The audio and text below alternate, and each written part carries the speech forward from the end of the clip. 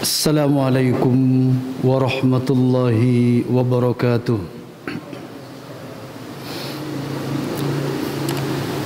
Innal hamdalillahi nahmaduhu wa nasta'inuhu wa nastaghfiruh wa natubu ilaihi wa na'udzu bihi min shururi anfusina wa min sayyiati a'malina. Man yahdillahu fala mudilla lah wa man yudlil fala hadiya lah.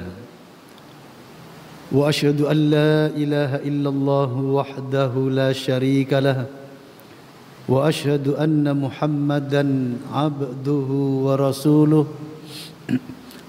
Amma ba'du. Para jamaah yang dimuliakan Allah Subhanahu wa taala, mari kita lanjutkan kajian kitab Kamaluddinil Islami wa Haqiqatuhu wa Mazayahu, dengan tema menjelaskan hakikat Islam atau penjelasan tentang hakikat Islam. Hakikatul Islam, hakikat agama Islam ini, wa kamaluhu, dan kesempurnaannya, wa mazayahu, dan keistimewaannya,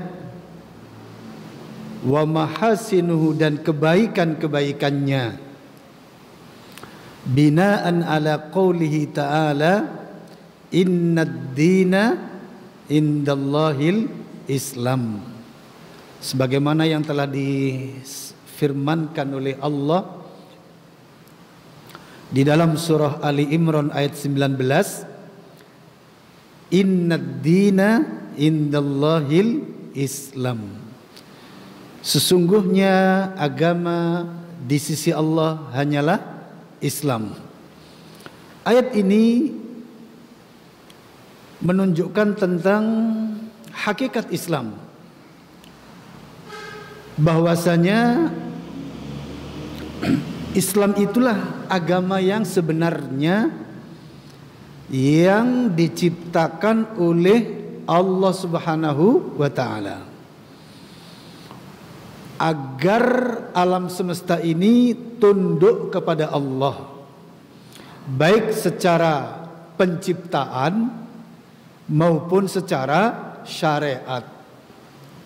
Karena secara penciptaan, kita lihat para jamaah, secara penciptaan alam semesta telah menunjukkan hal itu, di mana semua yang terjadi, semua yang termasuk ke dalam alam semesta, semuanya adalah diciptakan oleh Allah di atas keislaman. Artinya di atas ketundukan penuh kepada Allah Subhanahu wa taala. Mulai dari arasy sampai kepada bumi dan seisinya, semuanya tercipta di atas istislam lillah, tunduk patuh kepada Allah dengan segenap takdirnya, sebagai manusia, yang laki-laki, yang perempuan, yang mulia, yang rendah, yang kaya, yang miskin, yang memiliki kedudukan, yang menjadi rakyat biasa, semua tercipta di atas ketundukan penuh kepada Allah Subhanahu wa taala, sampai kepada tempat kembalinya, kapan matinya, semuanya ditentukan oleh Allah Subhanahu wa taala. Nah, sebagaimana secara penciptaan, secara penciptaan segala sesuatu tercipta di atas istislam lillah, ketundukan, kepatuhan kepada Allah. Begitulah pula ketundukan secara syariat, Maka kemudian Allah menciptakan agama Islam ini, di mana di dalam agama Islam intinya adalah kepada satu Tuhan yang Maha Esa. Ya, satu Tuhan yang Maha Esa. Nah, ini tujuan agama Islam. Dan yang Maha Esa itu Allah Subhanahu wa Ta'ala. Nah, itulah hakikatul Islam, hakikat agama Islam, di mana Allah menciptakan Islam ini agar alam semesta ini secara penciptaan dan secara syariat istislam lillah, tunduk patuh kepada Allah Subhanahu wa Ta'ala. Segala sesuatunya dari Allah. Ya, Allah yang menunjukkan jalannya, Allah yang membimbing hidupnya. Begitu pula ketundukan secara syariatnya, yaitu dalam agama, yang di situ ada batasan-batasan, ada perintah, ada larangan. Ya, ada perintah untuk sujud, ada perintah untuk berdoa, ada perintah untuk bertawakal, dan untuk beriman, bertakwa. Semua itu agar oleh alam semesta ini, khususnya manusia, diarahkan kepada satu, yaitu Allah Subhanahu wa Ta'ala, dan tidak boleh kepada yang lainnya. Kenapa? Karena yang lain selain Allah Subhanahu wa Ta'ala tidak mempunyai hak. Laisa lahum haqqul uluhiyah. Makhluk ini tidak ada yang memiliki hak uluhiyah, hak untuk disembah, tidak ada. Kenapa? Karena segala sesuatu yang terjadi di alam semesta ini makhlukullah, makhluknya Allah. Semuanya adalah makhluknya Allah. Maka tidak ada satupun dari alam semesta ini yang memiliki hak untuk disembah, yang memiliki hak untuk disujudi. Tidak ada. Karena tidak pantas. Tidak ada satupun makhluk ini yang pantas kita sujud kepadanya. Kenapa? Sama-sama makhluknya. La malakun muqarrabun, tidak pula malaikat yang didekatkan. Wala nabiyyun mursalun, tidak pula seorang nabi yang diutus. Wala nahnu kal bashar, dan tidak pula kita manusia biasa. Tidak ada yang pantas. Malaikat tidak ada yang pantas untuk disujudi. Agar kita sujud kepadanya, tidak ada yang pantas. Kenapa? Malaikat itu pun diciptakan kun fayakun. Manusia yang mana?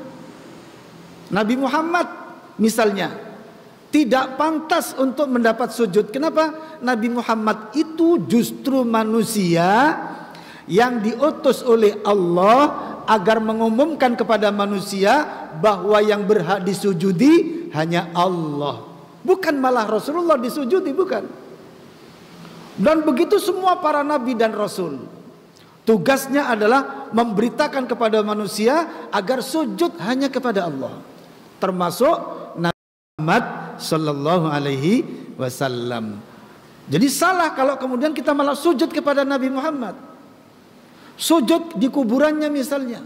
Karena Nabi Muhammad makhluk sama dengan kita, diciptakan oleh Allah sama dengan kita, tugasnya pun sama, yaitu agar menyembah Allah Subhanahu wa Ta'ala. Nabi Muhammad pun kalau tidak menyembah Allah Subhanahu wa Ta'ala maka masuk neraka, sebagaimana kita semuanya. Karena kita, Nabi Muhammad, semuanya adalah makhluk Allah.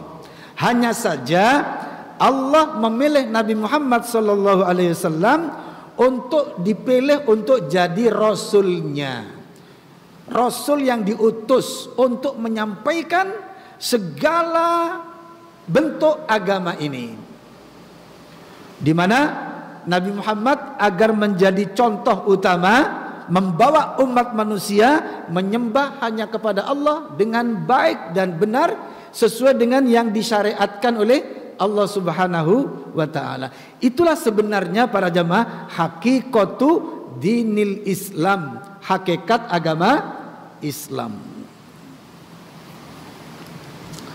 Dan itu fitrah yang diciptakan oleh Allah. Fitrah yang diberlakukan oleh Allah kepada alam semesta, yaitu istislam lillah, tunduk patuh kepada Allah, menyembah hanya kepada Allah, berdoa kepada Allah. Itu fitrahnya. Dan ketika kita berjalan di atas fitrah itu, maka kita akan mendapatkan keselamatan, kita akan mendapatkan ridho, ampunan dari Allah Subhanahu wa taala.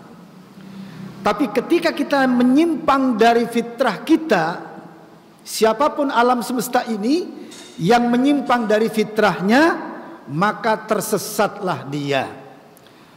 Qori'nya dipersiapkan, Masya Allah. Persiapkan akhi ya.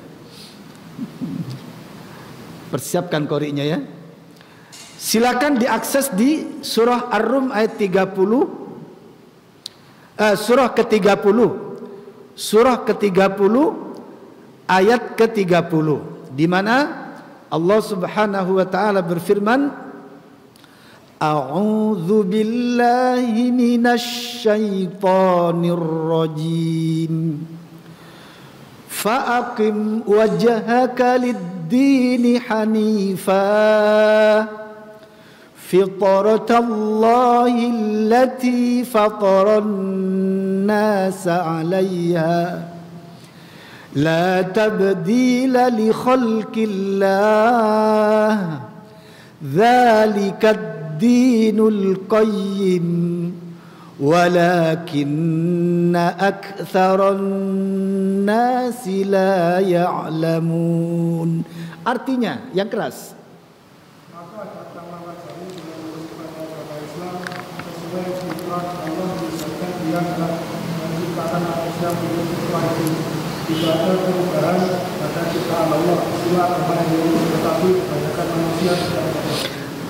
Dengar, lihat ayat 30 surah Ar-Rum. Allah berfirman, fa'aqim wajhaka lid-dini hanifa, maka hadapkanlah wajahmu Muhammad kepada agama yang lurus. Fitratallahi, itulah fitrah Allah, yakni agama Islam ini. Fitrah Allah di sini adalah agama Islam ini, di mana memang segala sesuatu diciptakan di atas keislaman, ya, keaslian, kesucian. Inilah fitrah. Allati fataran nasa 'alaiha, yang mana Allah menciptakan manusia itu di atas fitrah itu. La tabdila li khalqillah, tidak ada penggantian bagi ciptaan Allah. Dzalikad dinul qayyim, yang demikian itulah agama yang lurus. Walakinna aktsaran nasi la ya'lamun, akan tetapi kebanyakan manusia tidak mengetahui. Lihat ayat ini para jamaah. Pada ayat ini Allah menceritakan bahwasanya fitrah Allah, yang mana manusia diciptakan di atas fitrah itu, yakni agama Islam ini. Maka Allah katakan apa? La tabdila li khalqillah, tidak ada penggantian bagi fitrah Allah, bagi ciptaan Allah. Artinya kita alam semesta ini wajib berjalan di atas fitrah itu. Dan itu sudah terjadi pada alam semesta. Ya, alam semesta kita lihat, yang binatang melata, yang hidup, yang bernyawa, benda-benda padat, semuanya tunduk apa kata Allah. Gunung Semeru itu tunduk kepada Allah. Ketika Allah menghendaki Gunung Semeru pecah, jadi pecah. Bahkan manusia sudah menganggap Gunung Semeru itu nggak berbahaya, betul nggak kira-kira? Karena yang lain-lain pada sering mengeluarkan lumpurnya, Gunung Semeru hanya mengeluarkan apa? Debu saja. Dan sejak dulu, mungkin berapa puluh tahun yang lalu ada itu, atau ratus tahun, di mana Gunung Semeru pecah. Dan belum terjadi sampai sekarang, baru terjadi ini. Yang lain-lain sudah pada batuk-batuk, gunung-gunung kecil-kecil itu.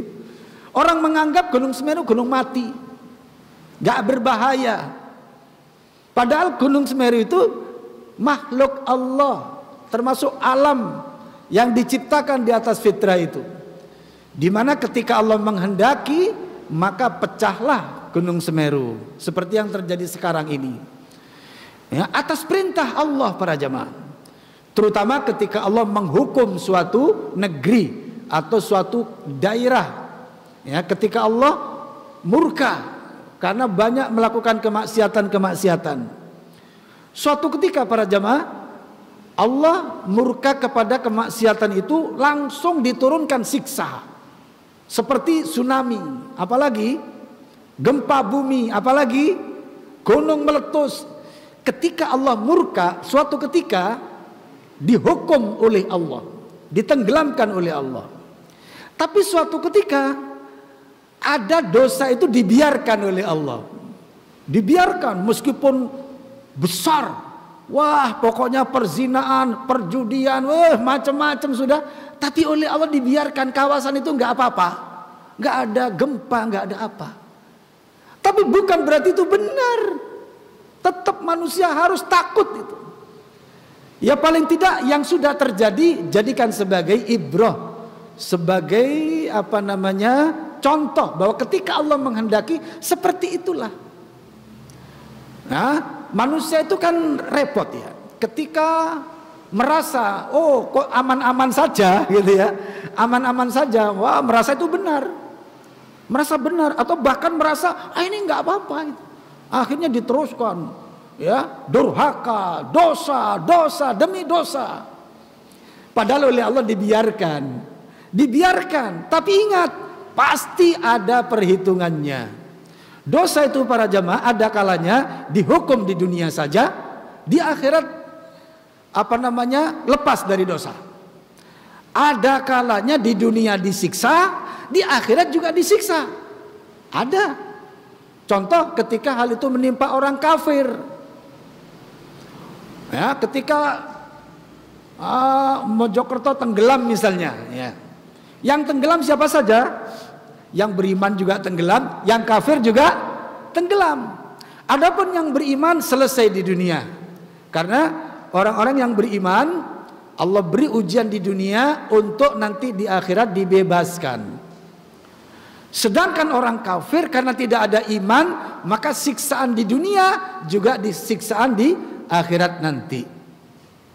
Ada lagi jenis siksaan yang hanya nanti di akhirat.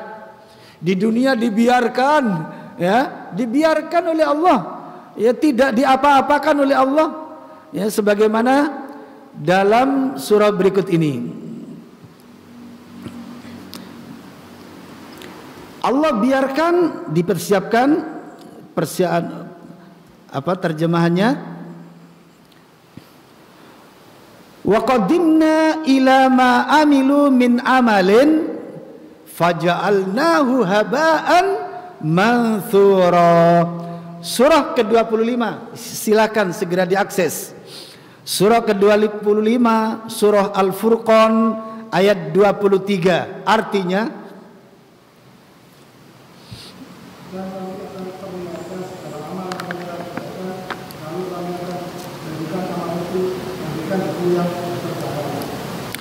wa qadimna ila ma amilu, apa kata Allah, dan kami biarkan mereka dengan amalnya. Faja'alnahu haba'an manthura, lalu kami jadikan ia debu yang bertebaran. Artinya bahwasanya terkadang ada amal itu dibiarkan oleh Allah, tidak disiksa di dunia, tapi kemudian nanti di akhirat mereka akan mendapatkan siksa dari Allah Subhanahu wa taala nanti di akhirat. Ya, sekarang dibiarkan. Nah, banyak manusia karena tidak ada siksaan, ya, menganggap itu aman-aman saja. Intinya para jamaah, dosa, ya, menyimpang dari kebenaran, kemudian beragama dengan agama yang bukan fitrah, karena agama fitrah itu adalah agama Islam, menyimpang dari jalur fitrahnya, itu adalah kesesatan demi kesesatan. Nah, jadi fitrah yang diciptakan oleh Allah Subhanahu wa taala, di mana manusia diciptakan di atas fitrah itu, yaitu adalah dinul Islam. Ya, makanya Allah katakan apa? La tabdila li khalqillah, tidak ada penggantian bagi ciptaan Allah. Artinya barang siapa yang kemudian mengganti fitrahnya, maka Allah pasti akan siksa. Allah akan murka kepadanya. Ya, bagi siapa yang merubah fitrahnya. Kan fitrah kita ini diciptakan di atas Islam. Kemudian dirubah fitrahnya beragama kepada agama selain Islam. Ya, maka kalau ada manusia beragamanya bukan agama Islam yang dibawa oleh para nabi dan rasul, dan yang terakhir dibawa oleh Nabi Muhammad dan Al-Quran, maka pasti tersesat dan pasti Allah akan murka kepadanya. Karena Allah sudah berkata, la tabdila li khalqillah, tidak ada penggantian bagi ciptaan Allah. Ini artinya bahwa kita harus menjalani hidup ini di atas fitrah itu, yakni dinul Islam, agama Islam. Jangan sampai menyimpang dari fitrah ini. Maka mari kita wasiatkan kepada diri kita, keluarga kita, anak-anak kita, jangan sampai menyimpang dari fitrah kita. Makanya Allah kemudian berfirman di ayat yang lain, silakan dilihat, waman yabtaghi ghairal islami dina falan yuqbala minhu wa huwa fil akhirati minal khasirin. Surah ketiga, surah Ali Imran ayat 85, yang artinya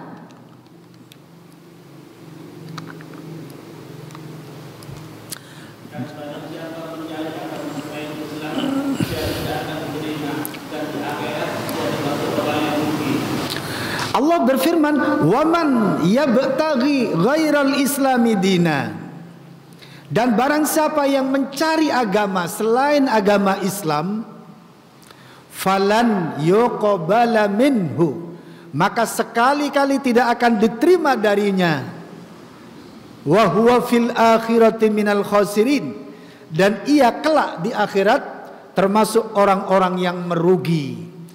Ini ancaman para jamaah bagi orang yang menyalahi fitrahnya, keluar dari fitrahnya. Ibarat kereta api berjalan tidak pada relnya. Nah, maka apa kata Allah? Falan, lan itu termasuk huruf yang sangat berbahaya para jemaah. Karena ketika Allah menggunakan kata lan berarti tidak sama sekali. Barang siapa mencari agama selain agama Islam, maka sekali-kali, kata Allah, sekali-kali tidak akan diterima. Wa huwa fil akhirati minal khasirin, sedangkan ia di akhirat termasuk orang-orang yang merugi.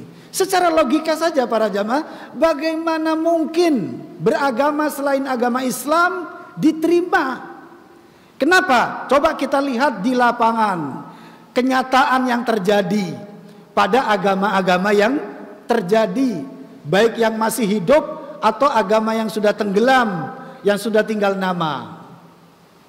Tuhan-Tuhan yang disembah selain Allah, baik yang masih hidup atau yang sudah tinggal nama. Coba lihat, semua Semua terjadi karena makar manusia. Semua terjadi karena diciptakan oleh manusia, bukan Tuhan yang sebenarnya. Contoh misalnya Tuhan Yesus misalnya. Tidak satupun seorang nabi sebelum Yesus dilahirkan yang memberitakan bahwa Allah akan menurunkan seorang anak yang kelak akan menebus dosa misalnya. Tidak seorang nabi pun, tidak seorang rasul pun yang memberitakan hal itu. Yang memberitakan bahwasanya Allah itu punya anak misalnya, tidak ada. Bahkan Yesus sendiri, Nabi Isa sendiri, di ayat mana coba yang mengatakan bahwa aku adalah anak Allah? Tidak ada. Ya, tidak ada sama sekali. Dan Nabi Isa itu adalah Nabi Allah, bukan anak Allah. Dan agamanya pun agama Islam, meneruskan agamanya Nabi Musa alaihissalam, di mana Nabi SAW pernah bersabda, al-anbiya'u, tentang para nabi, dinuna wahid, kata Rasulullah, ya, bahwasanya para nabi itu agamanya satu. Wa ummahatuhum syatta, sedangkan ibu mereka berbeda-beda. Ya. Makanya ketika orang-orang Nasrani menghormati Nabi Isa dengan berlebihan, ya, apa kata Nabi? Ana aula bi Isa bin Maryam, aku lebih utama terhadap Isa bin Maryam. Kenapa? Karena Nabi Isa adalah Nabi Allah, ya, Muslim yang beriman kepada Allah.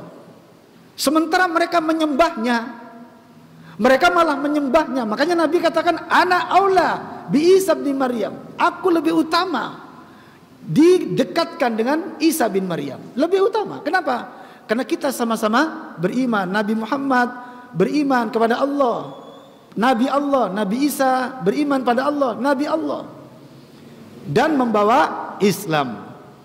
Jadi Nabi Muhammad ini pun juga meneruskan misi dakwah Nabi Isa alaihissalam.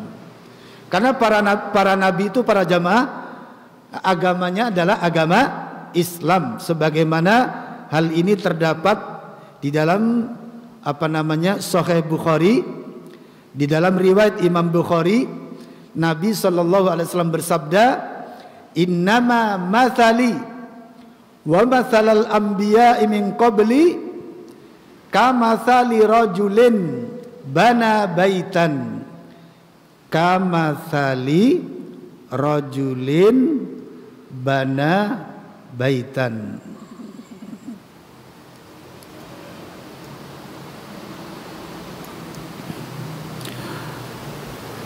Kamathali rajulin bana baitan fa ajmalahu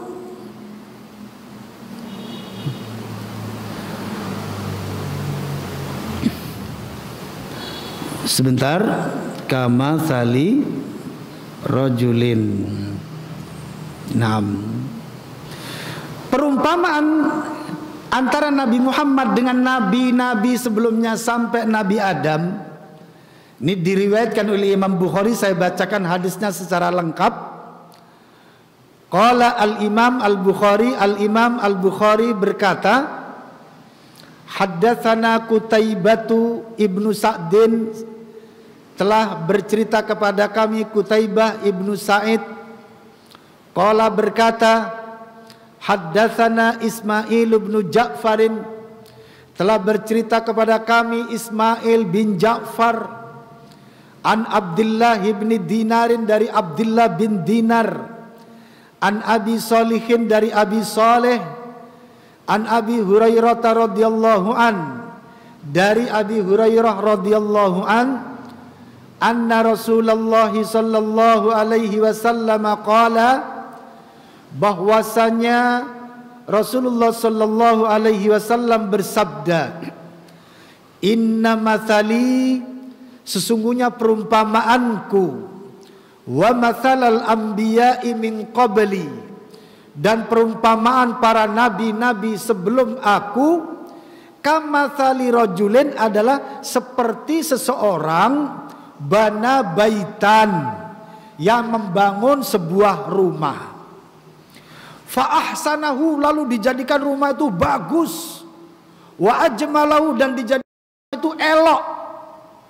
Illa maudi'u labinatin min zawiyatin, kecuali kurang satu bata saja sebagai finishing, yang terakhir.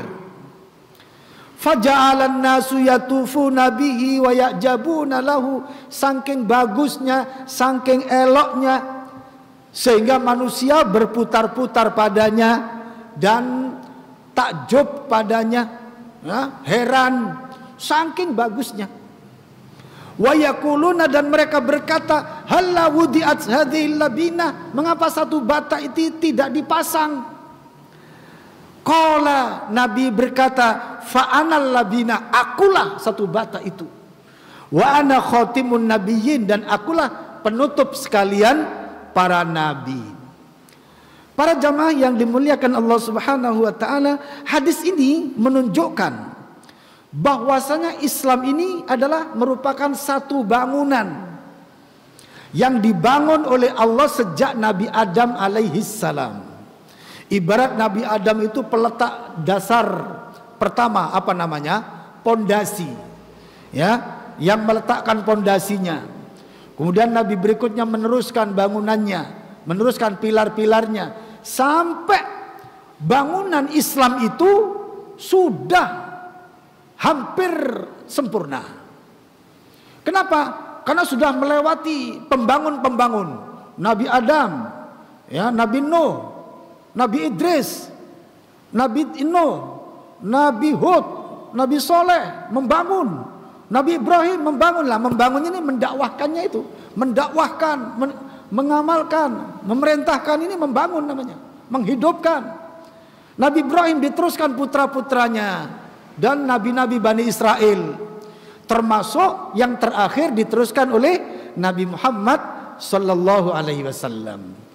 Nah, setelah Nabi Muhammad sallallahu alaihi wasallam, karena Nabi Muhammad adalah nabi yang terakhir, dan setelah Nabi Muhammad tidak ada nabi lagi, ibarat Allah membangun rumah itu sudah selesai, tinggal sami'na wa ata'na, ya, sudah selesai, sudah tidak lagi membutuhkan penambahan, juga sudah tidak lagi membutuhkan pengurangan, sudah disempurnakan oleh Allah Subhanahu wa taala, ya, sudah tidak ada lagi di mana harus dibangun lagi, tidak ada. Ya. Itulah Nabi Shallallahu Alaihi Wasallam, ya, sebagai Nabi yang terakhir, ya, yang mana tidak ada lagi Nabi sesudah Nabi Muhammad Shallallahu Alaihi Wasallam. Ini artinya bangunan Allah membangun agama ini yang dibangun oleh para nabi dan rasulnya sudah selesai dengan ditandai Nabi Muhammad sallallahu alaihi wasallam, dan Nabi sebagai nabi yang terakhir, sebagaimana pada surat tadi, wa ana khatamun nabiyyin, di mana Allah Subhanahu wa taala menceritakan tentang Nabi, bahwasanya Nabi itu adalah Nabi yang terakhir. Silakan lihat pada ayat berikut ini, wa khataman nabiyyin.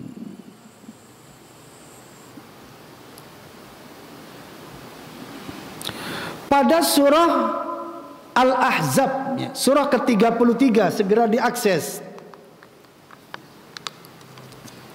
Ayat ke-40, surah ke-33 Al-Ahzab ayat 40. Allah menyatakan, maka Muhammadun aba ahadim mir rijalikum walakin Rasulullahi wa khataman nabiyyin wa kana Allahu bikulli syai'in alima.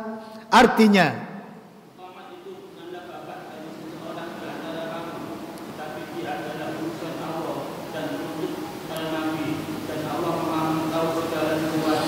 Allah menyatakan, maka Muhammadun aba ahadin min rijalikum. Muhammad itu bukanlah bapak dari salah seorang dari laki-laki kalian. Walakin Rasulullah, akan tapi Muhammad itu adalah Rasul Allah, wa khataman nabiyyin, dan penutup sekalian para nabi. Wa kana Allahu bikulli syai'in alima, dan adalah Allah maha mengetahui atas segala sesuatu. Begitu juga bahwasanya Nabi Muhammad itu adalah nabi internasional. Tidak ada lagi nabi setelah itu. Seluruh dunia sekarang ini nabinya cuma satu, yaitu Nabi Muhammad sallallahu alaihi wasallam. Bisa diakses di surah ke-7, surah Al-A'raf ayat ke-158. Surah ke-7 surah Al-A'raf ayat ke-158.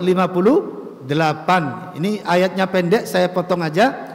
Di mana Allah berfirman, "Qul ya ayyuhan nasu inni rasulullahi ilaikum jami'a." Al-ayah. Katakan Muhammad, kata Allah, wahai manusia, sesungguhnya aku ini adalah Rasul Allah kepada kalian semuanya.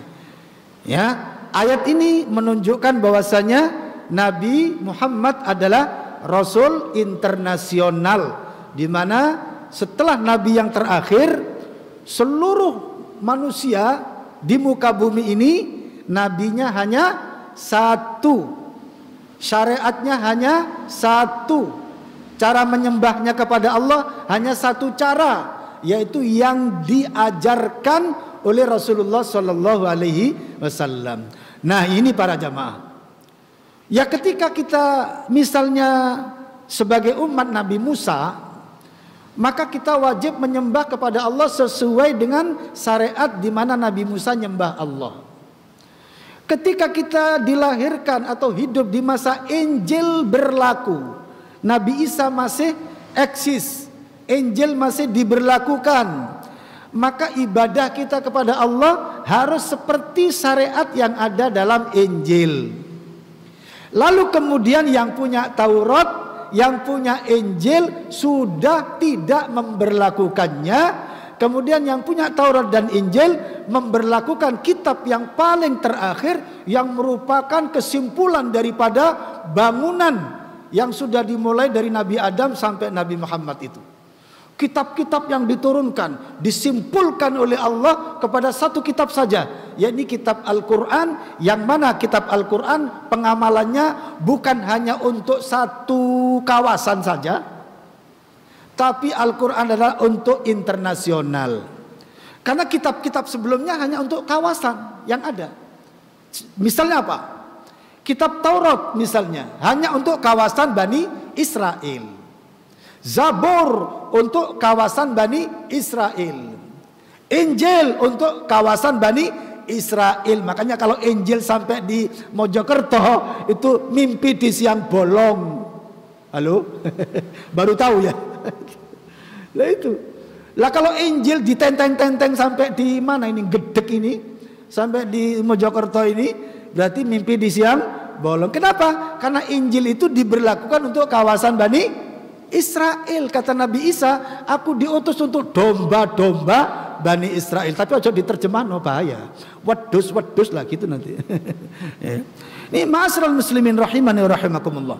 Di Al-Quran itu kesimpulan bangunan yang sudah dimulai sejak Nabi Adam. Ya, Nabi Nuh membawa sekian syariat, Nabi Hud sekian syariat, Nabi Soleh sekian syariat, Nabi Ibrahim sekian syariat, Nabi Yakub sekian syariat, Nabi Musa sekian syariat, Nabi Isa sekian syariat. Kemudian syariat-syariat ini dipersatukan oleh Allah, menjadilah syariat yang ada dalam Al-Quran. Nah, sehingga Al-Quran dijadikan oleh Allah kitab sucinya manusia seluruh dunia sampai hari kiamat nanti. Ma'asyiral muslimin rahimani wa rahimakumullah.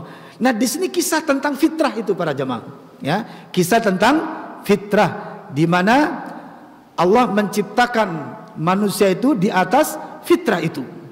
Maka jangan sampai kita lepas dari fitrah. Ketika kita lepas dari fitrah, maka kita akan celaka. Contoh fitrah diciptakannya kita ada pada surah ke-51 ayat 56, segera diakses. Ayat 51 ayat 56 surah Az-Zariyat ayat ke-51. Allah berfirman ayat ke-56. Allah berfirman, "Wa ma khalaqtul jinna wal insa illa ya'budun."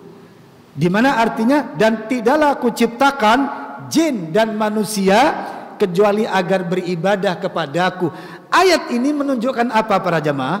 Menunjukkan bahwa fitrah diciptakannya manusia adalah untuk menyembah Allah.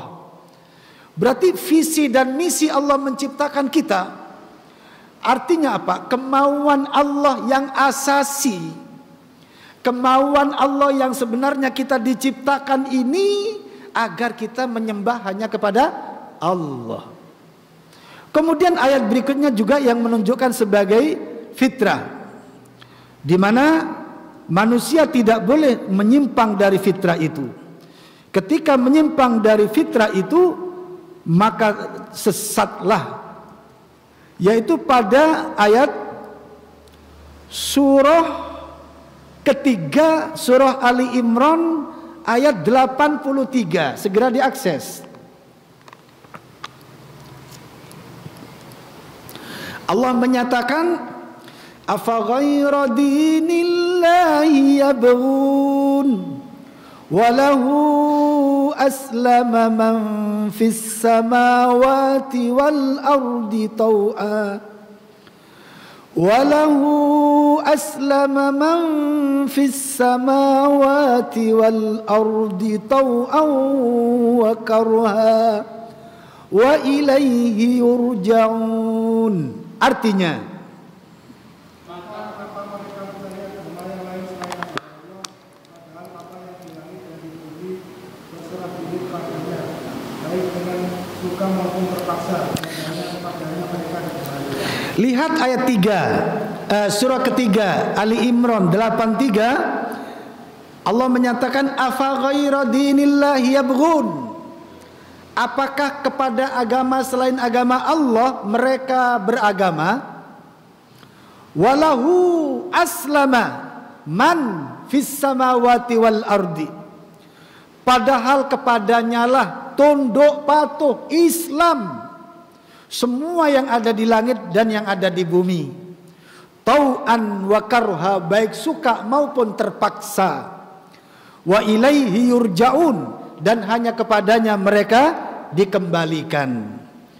Ayat ini ayat tentang fitrah para jamaah, di mana sebenarnya fitrah manusia itu adalah Islam kepada Allah. Lalu kemudian ternyata dalam urusan agama, dalam urusan syariat, yang di situ ada perintah-perintah wajib dan larangan, ternyata beragama selain agama Islam berarti telah menyimpang dari fitrahnya. Maka jangan salahkan Allah, jangan salahkan siapa-siapa. Ketika seorang manusia kelak disiksa oleh Allah, ketika seorang manusia dicemplungkan ke neraka, kenapa? Karena telah menyalahi fitrahnya. Jangan menyalahkan siapa-siapa, sebab Allah sudah tunjukkan fitrahnya. Allah utus para nabi dan rasul. Allah turunkan kitab-kitab suci yang menunjukkan, yang memerintahkan agar kepada Allah beragama, agar kepada Allah sujud. Ternyata ada manusia kemudian mencari agama selain Allah, membuat-buat agama, ciptakan Tuhan-Tuhan buatan. Wallahi para jamaah, kalau sudah nyimpang dari fitrah pasti sesat. Sesat dan lemah, syarat dengan kelemahan. Kalau sudah nyimpang dari fitrah pasti sesat dan sangat-sangat rendah. Contoh misalnya, yang menyembah selain Allah, ya, ada Tuhan Yahus, Ya'uq, Nasr di masa Nabi Nuh. Ternyata siapa? Diciptakan.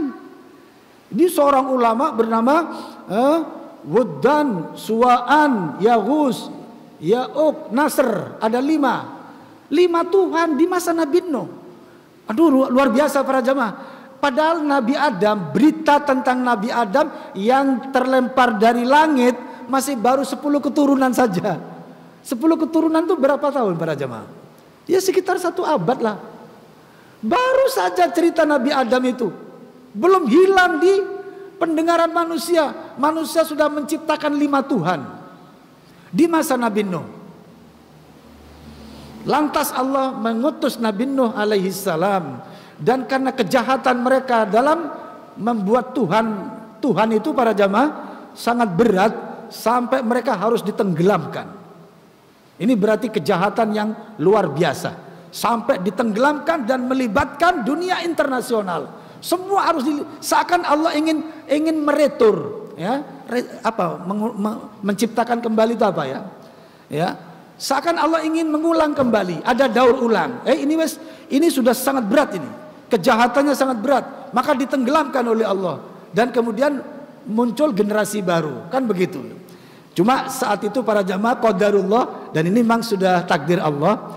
Seharusnya iblis itu ikut mati, ikut tenggelam. Ya, ternyata qadarullah ketika Nabi Nuh sibuk memasukkan sepasang hewan, sepasang dimasukkan, iblis gandol buntutnya kerbau. Wallah, ini ceritanya di Ibnu Katsir para jemaah. Di Nabi Nuh oleh Allah dibiarkan ya. Nabi Nuh mungkin sudah Nabi Nuh itu keras, ada macan harimau misalnya macam-macam, kemudian dipindah tempat. Ini yang iblis itu Nabi Nuh mungkin tidak diberitahu oleh Allah, atau memang sudah dikasih wahyu bahwa memang akan terjadi. Wallahu ta'ala alam. Iblis tentang gandol buntutnya kerbau. Wah, ya ini menunjukkan bahwasanya kejahatan masih terus akan berjalan sampai sekarang, sampai hari kiamat, karena iblis sudah umurnya ditangguhkan sampai hari kiamat. Sudah azan atau belum? Baik, silakan diazani dulu. Kita lanjutkan pembahasan kita tadi, bahwasanya ketika manusia menyimpang dari fitrahnya, maka akan tersesat, maka hidupnya akan tersesat. Ya, mari kita lihat pada sesembahan atau syariat-syariat selain syariat Islam. Di dalam Islam kita menyembah kepada Allah. Nah, ini sangat wajar sekali. Allah yang menciptakan segala sesuatu, Tuhan alam semesta, benar-benar masuk akal. Tapi ketika agama selain agama Islam yang pernah terjadi, sesembahan selain Allah yang pernah terjadi, coba lihat, pelajari semuanya, maka kita akan dapati semuanya diciptakan oleh otak manusia. Karena apa? Dalam bentuk pelarian mereka dari fitrah yang sebenarnya. Jadi mereka lari dari fitrah, menciptakan keyakinan yang kemudian disebut agama.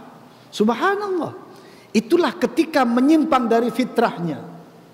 Ya, Allah sudah katakan, la tabdila li khalqillah dalam surah Ar-Rum ayat 30 tadi. Tidak ada penggantian bagi ciptaan Allah. Ternyata kemudian dirubah. Dari menyembah Allah seharusnya menyembah selain Allah. Maka dapatlah yang namanya Fir'aun. Ya, dapat apa? Namanya Fir'aun. Kalau mendapatkan Fir'aun, apa konsekuensinya? Fir'aun sudah mati.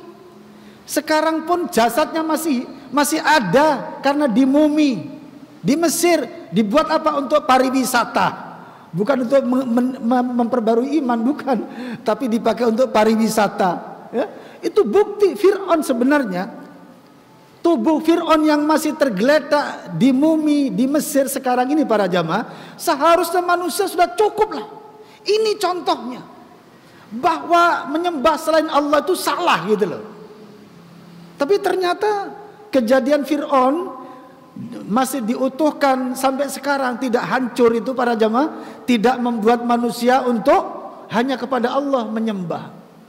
Ternyata kekafiran itu malah apa? Merajalela. Bahkan sekarang ini dunia kafir para jamaah seakan berada di atas angin. Mereka berada di atas angin, bangga mereka para jamaah. Mereka sudah tidak takut mencela Allah. Mereka sudah tidak takut mencela Nabi Muhammad. Mereka tidak takut menginjak Al-Quran. Bahkan mereka tidak takut dengan umat Islam. Ini sekarang ini mereka seakan berada di atas angin, padahal mereka adalah orang-orang yang telah menyimpang dari fitrahnya, dan pasti itu salah. Ya, ternyata kekafiran itu luar biasa para jamaah. Kafir itu artinya menutup rapat-rapat menerima Allah. Karena hatinya tidak menerima Allah, dapatlah Fir'aun, padahal Fir'aun sudah mati sekarang. Baik, ada yang nyembah Yesus, orang-orang Kristen nyembah Yesus, padahal Yesus sudah mati menurut mereka. Buktinya nggak ada follow up-nya, betul nggak kira-kira? Tapi menurut orang yang beriman, nanti Nabi Isa akan turun lagi, akan memimpin syariat Islam, dan ada satu tugas yang belum terlaksanakan, yaitu menebas leher Dajjal. Karena Dajjal hanya diperuntukkan untuk siapa? Nabi Isa alaihissalam. Maka Nabi Isa belum dimatikan oleh Allah, nanti akan diturunkan. Tapi menurut orang-orang Kristen, Nabi Isa sudah mati sebagai penebus dosa. Ya, kadang saya juga heran, mereka ini kok goblok gitu loh ya. Allah itu kan maha kaya, segala sesuatu milik Allah. Ternyata anaknya cuma satu-satunya pun dibunuh. Loh ya apa? Nanti yang jadi penerusnya siapa? Kan repot nanti lah kan. Secara berpikir logika ke sana kan. Loh nanti yang jadi penerusnya siapa? Yang punya cuma satu dimatikan lah ini. Kan jelek akhirnya. Intinya keluar dari fitrah jelek para jamaah. Jelek, asumsi kita jelek. Yesus, oh iya disembah, oh iya Tuhannya orang Kristen, iya. Dari mana? Dilahirkan dari rahim Ibunda Maryam. Diciptakan dari roh oleh Allah, kemudian lahir sampai dewasa. Loh, kok rendah sekali gitu loh. Nah ini begitu lepas dari fitrah, jatuhlah kepada kerendahan. Ada manusia nyembah kuburan tua. Di mana tahu bapak-bapak? Di Facebook. Betul nggak itu? Wah, ada kuburan disembah-sembah. Kapan tuh saya sampai gregetan para jamaah ini. Gregetan itu apa? Ada kuburan dibangun kayak istana gitu para jamaah. Kemudian manusia itu bukan orang kafir tuh. Menurut mereka orang Islam. Padahal kalau menurut akidah Islamnya ya sudah kafir sudah. Sujud kepada selain Allah ya kafir kan gitu ya. Bukan karena mengkafir-kafirkan, enggak. Kalau sujud kepada selain Allah itu artinya kafir sudah. Tapi mereka mengaku Islam. Buktinya apa? Pakai kopiah, pakai baju koko, ada juga yang surbanan, ada juga yang jubahan. Anehnya apa para jamaah? Ini kuburan. Kalau kita nyembah Allah, menghadap kemana para jamaah? Menghadap ke kiblat arah barat, kan begitu? Ini enggak. Yang dari arah timur sujud, sholat 2 rakaat. Yang dari arah barat menghadap ke kubur, sholat 2 rakaat. Yang dari arah timur menghadap ke kubur, sholat 2 rakaat. Yang dari selatan menghadap ke kubur, sholat 2 rakaat. Itu umat apa ini? Muslim kah? Kafir kah? Ya kalau nggak tego-tegoan gitu, ya kafir sudah. gak tega wis gitu. Lawang ini sholatnya begini-begini. Padahal sholat itu menghadap kemana? Ke Ka'bah, ya, menghadap ke kiblat. Itu para jemaah kalau sudah nyimpang dari fitrah pasti sesat. Kuburan tua pun dianggap Tuhan. Apalagi kalau diimpikan. Di daerah Surabaya para jemaah, di kampung belakang saya ada di pinggir sungai itu kuburan tua. Katanya kuburan si nenek tua pada masa Belanda atau masa Jepang begitu loh para jemaah. Ada orang asing terdampar di situ, kemudian mati di daerah situ, terus dikubur oleh orang di daerah situ. Itu oleh orang yang masih mengenal ceritanya. Ceritanya seperti itu katanya. Lah kuburan itu di pinggir sungai sendirian. Kemudian ada orang kampung yang bermimpi di kuburan itu ada ular naga besar. Terus dicerita-ceritakan. Paginya banyak orang yang datang ke sana minta berkah, minta pengelarisan, minta jodoh. Waduh, luar biasa para jemaah, itu terjadi dekat rumah saya, ya, dekat itu. Jadi akhirnya dikeramatkan itu. Ada lagi yang juga bisnismen, ada memang bisnis, ya, orang yang punya travel bis-bisan itu terkadang bisnis para jemaah. Dia menghubungi kiai-kiai metal, ustadz-ustadz metal. Nah, kalau kiai itu yang beneran kan mungkin kan, kiai yang sebenarnya, kiai yang alim, yang bagus akidahnya nggak mungkin. Tapi ini para kru-kru pebisnis tur-tur itu loh para jamaah, bis tur-tur itu kerjasama dengan kiai-kiai gadungan untuk mencari kuburan yang nanti bisa diimage-kan kepada manusia. Ini kuburnya Syekh Maulana Ibrahim lah misalnya, atau ini Sayyidatina siapa gitu. Nah nanti ada ceritanya pada saat perang melawan orang kafir, ada seorang sahabat yang terdampar di sini lah, gitu ceritanya. Dibikin cerita yang agak ini, terus dibikin tempatnya itu angker, dahulu itu apa namanya, bangunan yang kayak dahulu itu apa namanya, dibikin kuno banget gitu ya, sampai orang itu waduh ini percaya banget ini. Contoh misalnya di Mojokerto, di Pacet para jamaah, Pacet itu ya. Kalau kita ke wisata Pacet itu, di sana ada wisata religi, katanya kuburannya imam siapa gitu loh para jamaah. Itu kata saksi mata orang sana, orang kampung sana sendiri. Ini kuburan nggak jelas. Ya kuburan di dekat pembuangan sampah itu. Kuburan nggak jelas. Tapi kemudian datanglah para pebisnis wisata religi ini, pebisnis wisata ini bekerja sama dengan kiai di antah berantah sana, di seberang sana para jamaah, supaya dibikinkan cerita tentang ini. Kemudian ada seorang kiai yang memimpin mereka, maka kemudian datanglah bis-bisan ke sana para jamaah. Kemudian di sana tibaan, serakalan, baca barjanjenan begitu para jamaah. Kemudian jadilah penghasil uang. Lah ternyata ada yang seperti itu. Ini super nyimpang dari fitrah. Ya, menista itu, apalagi sampai dibikin bisnis itu, padahal sudah jelas larangan ya. Nah ini para jamaah, ini coba akal sehat kita mari kita hidupkan para jamaah.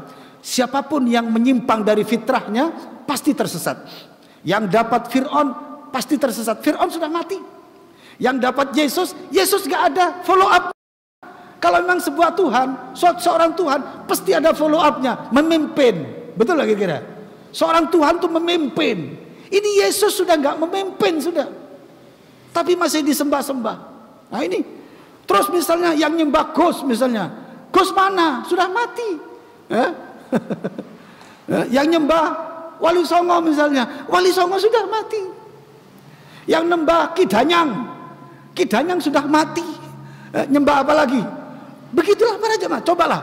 Ketika manusia nyimpang dari fitrahnya, menyimpang dari fitrah kesucian Islam di mana menyembah hanya kepada Allah, pasti tersesat. Pasti tersesat. Maka jalan satu-satunya adalah kembali kepada fitrah kita. Ya, yaitu menyembah hanya kepada Allah Subhanahu wa taala. Itulah kebenaran dari firman Allah, innad dina indallahil Islam. Sesungguhnya agama yang benar di sisi Allah adalah agama Islam. Fahuwa ad-dinul haqqu. Agama Islam adalah agama yang benar. Al-maqbulu, yang diterima kelak di akhirat. Al-mardiyu indallah, yang diridhai di sisi Allah. Wa inda anbiya'ihi, dan di sisi para nabinya. Was-solihina min ibadi, dan di hadapan para orang-orang soleh dari hamba-hamba Allah. Wa annahu yajibu ad-dukhulu fil islami kullihi, dan bahwasanya kita manusia wajib memasuki Islam seluruhnya, totalitas. Wa tarku ma siwahu, dan meninggalkan apa-apa selainnya. Liqaulihi ta'ala, berdasarkan firman Allah Ta'ala pada surah Al-Baqarah ayat 208. Al-Baqarah 208, segera diakses, di mana Allah berfirman, ya ayyuhalladzina amanu dukhulu fis-silmi kaffah wa la tattabi'u khutuwatis syaitan innahu lakum aduwwum mubin. Artinya,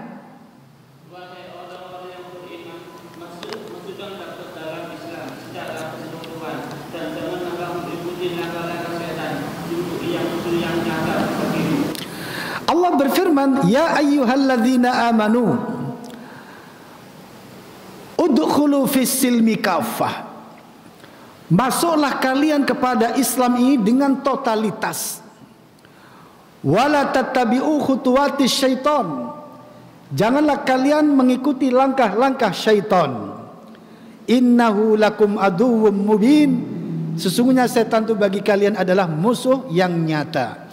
Pada ayat ini Allah menyatakan bahwasanya masuklah kalian kepada Islam itu seluruhnya, jangan hanya casingnya saja, zahiran wa batinan, benar-benar masuk ke Islam, amalkan, jalankan seluruh perintahnya dan jauhi seluruh larangannya. Dan di sana nanti ada langkah-langkah setan, di mana setan berusaha agar manusia lepas landas dari fitrahnya. Makanya Allah katakan wala tattabi'u khutuwatis syaitan. Janganlah kalian mengikuti langkah-langkah setan. Artinya setan akan berusaha agar manusia lepas dari fitrahnya. Ya, seharusnya dia hanya menyembah kepada Allah. Seharusnya dia hanya beragama Islam. Lalu setan kemudian mengajak manusia membuat Tuhan-Tuhan tandingan. Tuhannya orang Kristen Yesus, Tuhannya orang Yahudi Uzair, Tuhannya orang Majusi api. Loh coba nyembah api, lah kobong lambene nggo. Nyembah api. Tuhannya orang Majusi nyembah api, Tuhannya orang Buddha nyembah batu Buddha. Lah ini Tuhannya orang Hindu, oh dewa, rumahnya di angin. Wah, di film Dewa Maharata Dewa itu di angin rumahnya, turun naik angin katanya. Sekarang kita lihat gak ada yang turun naik. Ya berarti sudah berakhir. Sudah berakhir Tuhan-Tuhan mereka. Tuhan dewanya banyak, dewa ini, sampai ada dewa laut. Wah, macam-macam dewa. Ya, ada juga yang Tuhannya danyangan, kuburan tua. Sudah, subhanallah para jamaah. Itu sebenarnya adalah langkah-langkah setan, di mana Allah tadi mengatakan apa? Masuklah kalian kepada Islam dengan seluruhnya dan jangan ikuti langkah-langkah setan. Karena setan akan membuat manusia lepas dari fitrahnya sehingga menyembah selain Allah Subhanahu wa taala. Maka alhamdulillah kita sekarang benar-benar meyakini Islam sebagai agama dan meyakini Allah sebagai Tuhan kita. Maka mari keyakinan ini benar-benar kita pelihara, kita pertahankan dan kita pupuk sehingga menjadi semakin kuat, ya. Sampai kapan? Sampai mati. Di mana Allah menyuruh kepada kita u'bud rabbaka hatta ya'tiyakal yakin. Sembahlah Tuhanmu sampai datang kematian. Semoga Allah Subhanahu wa taala memilih kita menjadi penyembahnya yang terbaik. Amin. Semoga Allah Subhanahu wa taala senantiasa menunjukkan kita ke jalannya yang benar sampai kita bertemu dengannya di surganya. Amin ya rabbal alamin. Baik, sampai di sini mari kita tutup pertemuan kita dengan doa kafaratul majlis. Subhanakallahumma wa bihamdika asyhadu an la ilaha illa anta astaghfiruka wa atubu ilaik. Assalamualaikum warahmatullahi wabarakatuh.